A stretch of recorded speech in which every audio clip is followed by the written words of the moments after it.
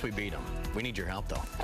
On the Money Watch this morning, the end of the year is quickly approaching. And who wouldn't want a little boost in their paycheck in the coming year? Turns out now is the best time to negotiate a year-end raise. And Joe Burt with Certified Financial Group, the Oracle of Orlando, is joining us for our Money Monday talk. Always great to see you, Joe. Thanks for coming in. Good morning, Amy. All right, so this is interesting because a lot of people are, a little apprehensive about asking for a raise. So you want to have the big talk. What are the do's and don'ts? Where do you start? Well, believe it or not, this, as you said, is the best time of year to ask for a raise because generally business slows down. Of course, unless you're in retail or work on a turkey farm, but this is the time. This is the time when your boss may have a little more time to attend to you. And what you want to do first and foremost is do this face-to-face. Don't try to do it via email or telephone.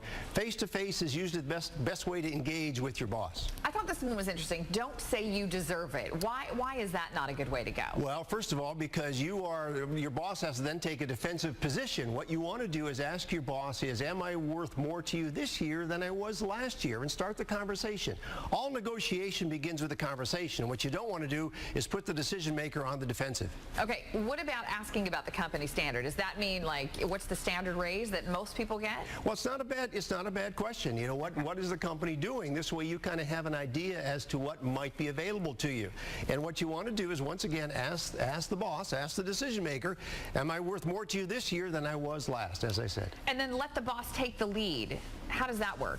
Well, you want him or her to understand what your situation is. You want to come in armed with some information. You want to know what the cost of living has done over the course of the last year.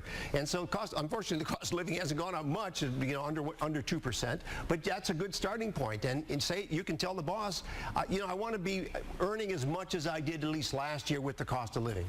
All right. So what if you try and they still say no? How do you set yourself up for maybe next year? Well, what you want to do is ask when you can come back to discuss it. And the most important thing, too, is you need to go above and beyond. Believe it or not, bosses recognize those folks that put in more than the 9 to 5, that are willing to do the extra, willing to ask for extra work. And that's where you get ahead in this world. You're not going to get a raise if you're a slug that shows up 9 to 5 and just does the basics, expect to go home and get a paycheck. You want to be valuable to the company, and you want your boss to recognize your value. All right, it's good advice. Certified Financial Group. Joe Burt, always great to see you. You too, Amy. Coming in. My pleasure. Still to come. Amanda.